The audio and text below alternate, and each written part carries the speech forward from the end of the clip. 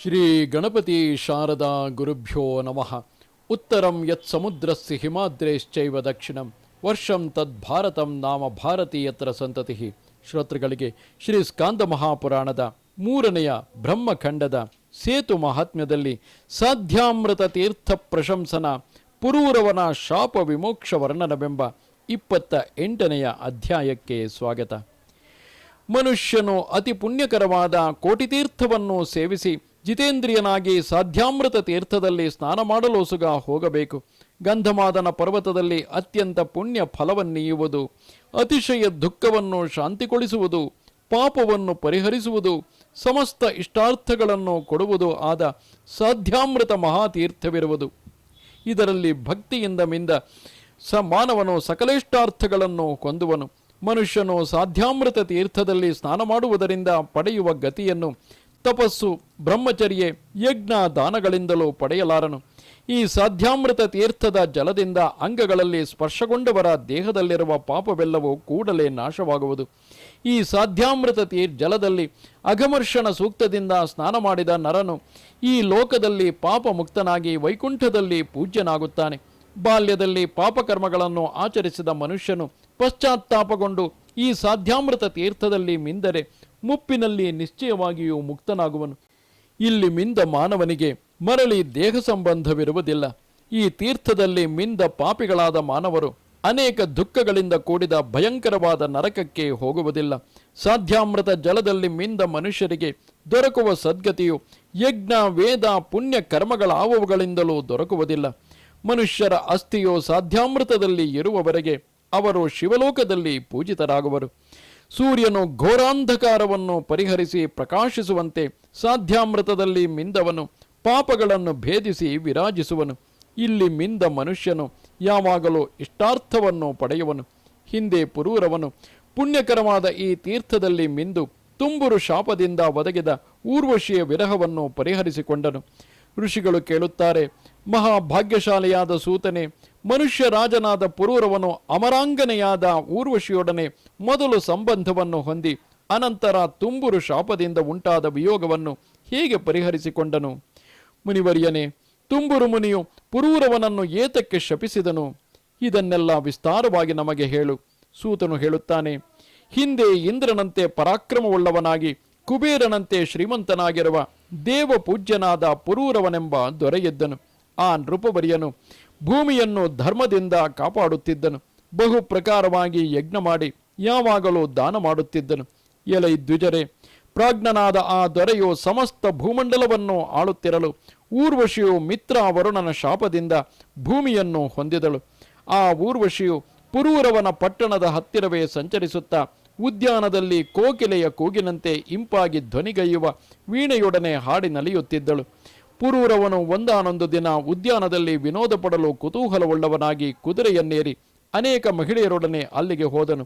ಅಲ್ಲಿ ಹಿಡಿಗೊಳಗಾಗುವ ಸಣ್ಣ ನಡುವುಳ್ಳ ಆ ಊರ್ವಶಿಯನ್ನು ನೋಡಿ ಆ ದೊರೆಯು ಅವಳನ್ನು ಕುರಿತು, ಎಲೆ ರಮಣಿ, ನೀನು ನನಗೆ ಪತ್ನಿಯಾಗು ಎಂದನು.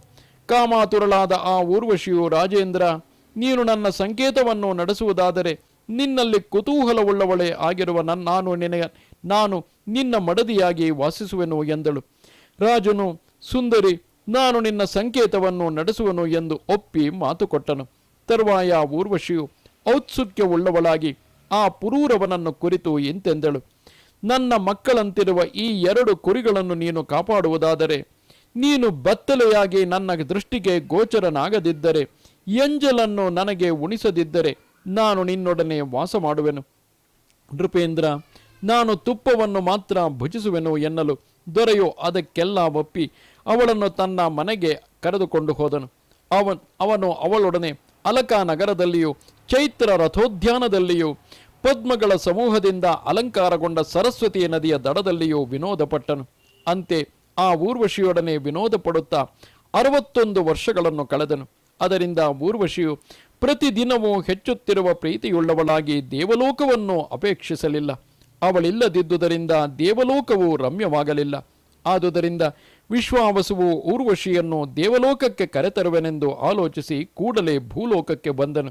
ಅವನು ರಾಜನೊಡನೆ ಊರ್ವಶಿಯು ಮಾಡಿಕೊಂಡ ಸಂಕೇತವನ್ನರಿತು ಗಂಧರ್ವರೊಡನೆ ಮಧ್ಯರಾತ್ರಿಯಲ್ಲಿ ಆ ಊರ್ವಶಿಯ ಹಾಸಿಗೆಯ ಹತ್ತಿರವಿರುವ ಒಂದು ಕುರಿಯನ್ನು ಅಪಹರಿಸಿದನು. ಊರ್ವಶಿಯು ಕುರಿಯನ್ನು ಆಕಾಶದಲ್ಲಿ ವೇಗವಾಗಿ ತೆಗೆದುಕೊಂಡು ಹೋಗುತ್ತಿರುವ ಅವನನ್ನು ನೋಡಿ ಪತಿಯನ್ನು ಕುರಿತು ಹೀಗೆಂದಳು, ನನ್ನ ಮಗನನ್ನು ಯಾವನೋ ತೆಗೆದುಕೊಂಡು ಹೋಗುತ್ತಿದ್ದಾನೆ, ಬಿಡಿಸು. ಭಯದಿಂದ ಮೂರ್ಛೆಗೊಂಡು ದಿಕ್ಕಿಲ್ಲದ ನಾನು ಯಾರನ್ನು ಮೊರೆ ಹೋಗಲಿ. ಆಗ ಪುರೂರವನು ಅವಳ ಮಾತನ್ನು ಕೇಳಿ ಬತ್ತಲೆಯಾದ ತನ್ನನ್ನು ಆ ಊರ್ವಶಿಯು ನೋಡಕೂಡದೆಂದು ಕುರಿಯನ್ನು ಬಿಡಿಸಲು ಹೋಗಲಿಲ್ಲ. ತರುವಾಯ ಆ ಗಂಧರ್ವರು ಮತ್ತೊಂದು ಕುರಿಯನ್ನು ತೆಗೆದುಕೊಂಡು ಹೋದರು. ಊರ್ವಶಿಯು ಅದರ ಶಬ್ದವನ್ನು ಕೇಳಿದಳು. ಅವಳು, ಅನಾಥಳಾದ ನನ್ನ ಮಗನನ್ನು ಕಳ್ಳರು ಅಪಹರಿಸುತ್ತಿದ್ದಾರೆ, ಯಾರನ್ನು ಮೊರೆ ಹೋಗಲಿ ಎಂದು ಕಠಿಣವಾಗಿ ಕಿರುಚಿಕೊಂಡಳು. ರಾಜನು ಆ ಮಾತನ್ನು ಕೇಳಿ ಕುಪಿತನಾಗಿ ಸುತ್ತಲೂ ಕತ್ತಲೆಯು ಆವರಿಸಿದೆ ಎಂದು ತಿಳಿದು ಖಡ್ಗವನ್ನು ಹಿಡಿದು, ದುಷ್ಟ, ಎಲ್ಲಿಗೆ ಹೋಗುವೆ ಎಂದು ಹೇಳುತ್ತಾ ಅಟ್ಟಿಸಿಕೊಂಡು ಹೋದನು. ಅಷ್ಟರಲ್ಲಿ ಗಂಧರ್ವರು ಪ್ರಕಾಶಮಾನವಾದ ಮಿಂಚನ್ನು ಉಂಟು ಮಾಡಿದರು. ಆ ಮಿಂಚಿನ ಪ್ರಭೆಯಿಂದ ಊರ್ವಶಿಯು ಬತ್ತಲೆಯಾದ ಪುರೂರವನನ್ನು ನೋಡಿ ಸಂಕೇತವು ಕೆಟ್ಟಿತೆಂದರಿತು ಕೂಡಲೇ ಹೊರಟು ಹೋದಳು. ಬಳಿಕ ಗಂಧರ್ವರು ಅಲ್ಲಿಯೇ ಕುರಿಗಳನ್ನು ಬಿಟ್ಟು ಹೊರಟು ಹೋದರು.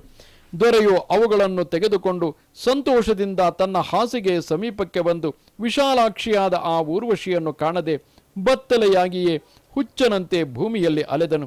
ಅವನು ಕುರುಕ್ಷೇತ್ರಕ್ಕೆ ಹೋಗಿ ಅಲ್ಲಿ ತಾವರೆಗಳಿಂದ ವಿರಾಜಿಸುವ ಒಂದು ಸರಸ್ಸಿನಲ್ಲಿ 4 ಮಂದಿ ಅಪ್ಸರೆಯರೊಡನೆ ಕ್ರೀಡಿಸುತ್ತಿರುವ ಆ ಊರ್ವಶಿಯನ್ನು ಕಂಡನು. ಘೋರ ಮನಸ್ಸುಳ್ಳ ಓ ಪ್ರಿಯಳೇ, ನಿಲ್ಲು ನಿಲ್ಲು ಎಂದು ಬಹುವಿಧವಾಗಿ ಬೇಡಿ ಸವಿ ನುಡಿಯನ್ನಾಡಿದನು. ಅಪ್ಸರೆಯರೊಡನೆ ಆಡುತ್ತಿರುವ ಊರ್ವಶಿಯು, ಎಲೈ ನಿರ್ದುಷ್ಟನಾದ ಅರಸನೇ, ನೀನು ಈ ಚೇಷ್ಟೆಯನ್ನು ಸಾಕು ಮಾಡು. ನಾನು ಹಿಂದೆ ನಿನ್ನಿಂದ ಗರ್ಭಿಣಿಯಾಗಿರುವೆನು. 1 ವರ್ಷದ ಕೊನೆಯಲ್ಲಿ ನೀನು ಇಲ್ಲಿಗೆ ಬಾ. ನಿನಗೆ ಅತ್ಯಂತ ಧರ್ಮಿಷ್ಠನಾದ ಕುಮಾರನು ಜನಿಸುವನು. ಆಗ ನಾನು ನಿನ್ನೊಡನೆ 1 ರಾತ್ರಿ ವಾಸಿಸುವೆನು. ಹೀಗೆನ್ನಲು ರಾಜನು ಸಂತೋಷಗೊಂಡವನಾಗಿ ತನ್ನ ಪಟ್ಟಣಕ್ಕೆ ತೆರಳಿದನು. ಊರ್ವಶಿಯು ಅಪ್ಸರೆಯರಿಗೆ ಆ ಪುರೂರವನ ವಿಷಯವನ್ನು ಹೀಗೆ ಹೇಳಿದಳು, ನಾನು ಮನ್ಮಥನಂತಿರುವ ಈ ರಾಜನೊಡನೆ ಅನುರಾಗವುಳ್ಳವಳಾಗಿ ಎಷ್ಟೋ ಕಾಲ ವಾಸ ಮಾಡಿರುತ್ತೇನೆ. ಅವಳು ಹೀಗೆ ಹೇಳಲು ಆ ಸಖಿಯರು, ಎಲೆ ಸಖಿ, ಒಳ್ಳೆಯದು, ಇವನೊಡನೆ ನಾವು ಯಾವಾಗಲೂ ಇರೋಣ ಎಂದರು. 1 ವರ್ಷವು ಪೂರ್ಣವಾಗಲು ಆ ದೊರೆಯು ಸರಸ್ಸಿನ ಬಳಿಗೆ ಬಂದನು. ಆಗ ಊರ್ವಶಿಯು ಆ ಪುರೂರವನನ್ನು ನೋಡಿ ಕುಮಾರನಾದ ಆಯುವನ್ನು ಅವನಿಗೆ ಸಂತೋಷದಿಂದ ಒಪ್ಪಿಸಿದಳು. ಅನುರಾಗವುಳ್ಳವಳಾಗಿ ಅವನೊಡನೆ 1 ರಾತ್ರಿ ವಾಸಿಸಿ ಅವನಿಂದ ಕೂಡಲೇ 5 ಮಕ್ಕಳನ್ನೀಯುವ ಗರ್ಭವನ್ನು ಪಡೆದಳು. ಉತ್ತಮಾಂಗನೆಯಾದ ಆ ಊರ್ವಶಿಯು ರಾಜನನ್ನು ಕುರಿತು ಎಂತೆಂದಳು, ದೊರೆಯೇ, ಗಂಧರ್ವರು ನನ್ನಲ್ಲಿರುವ ಪ್ರೀತಿಯಿಂದ ನಿನಗೆ ವರವನ್ನು ಕೊಡುವರು.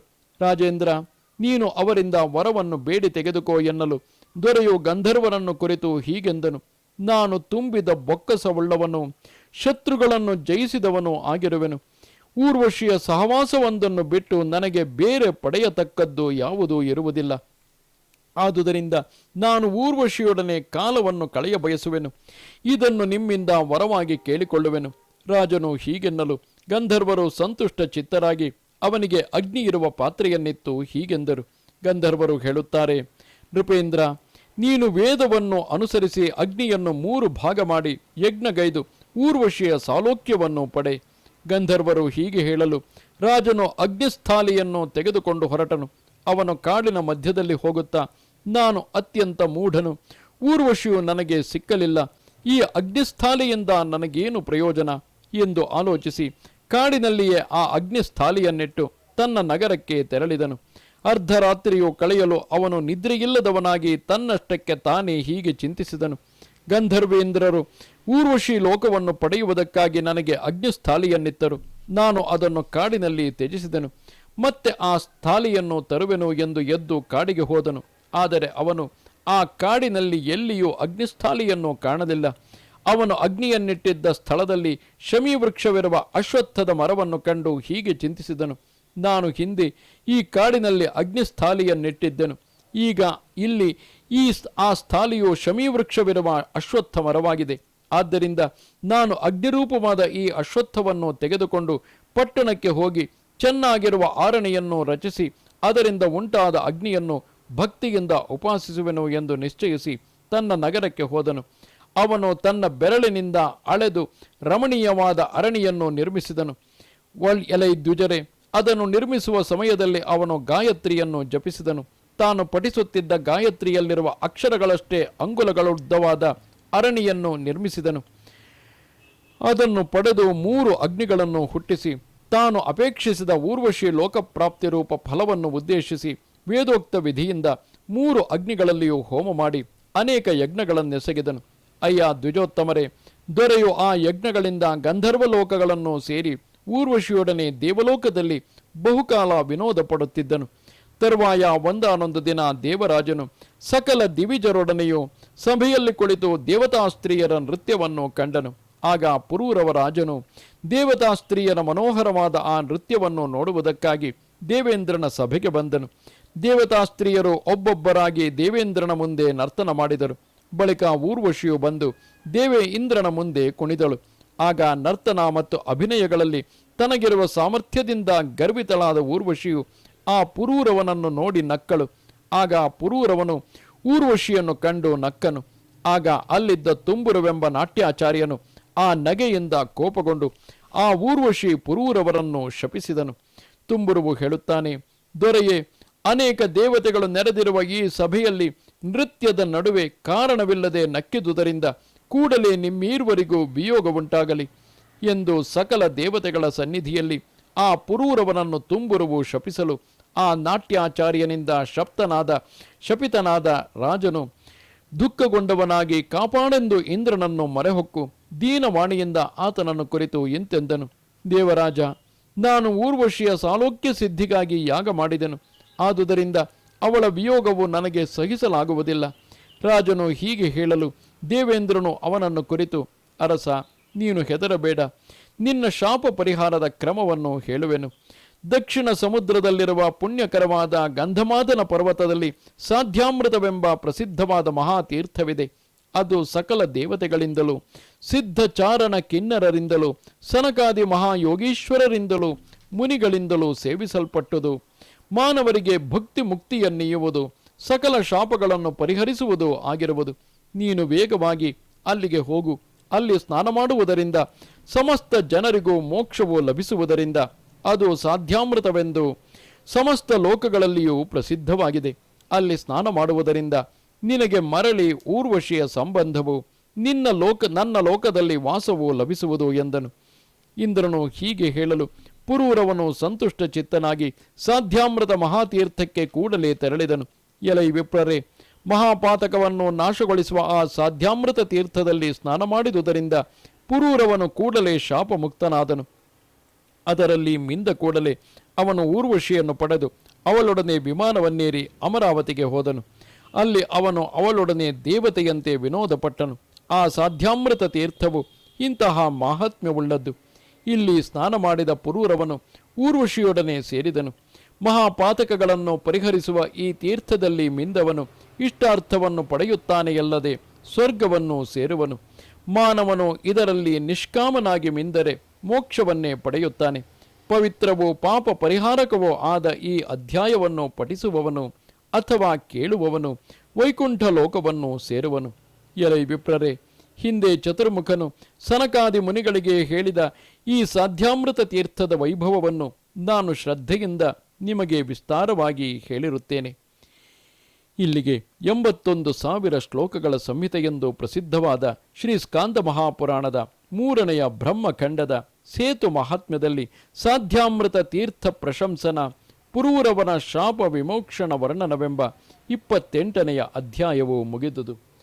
ನಮಸ್ತೆ ಶಾರದೆ ದೇವಿ ಕಾಶ್ಮೀರ ಪುರವಾಸಿನಿ ತ್ವಾಮಹಂ ಪ್ರಾರ್ಥಯೇ ನಿತ್ಯಂ ವಿದ್ಯಾದಾನಂಚ ದೇಹಿಮೆ. ನಮಸ್ಕಾರ.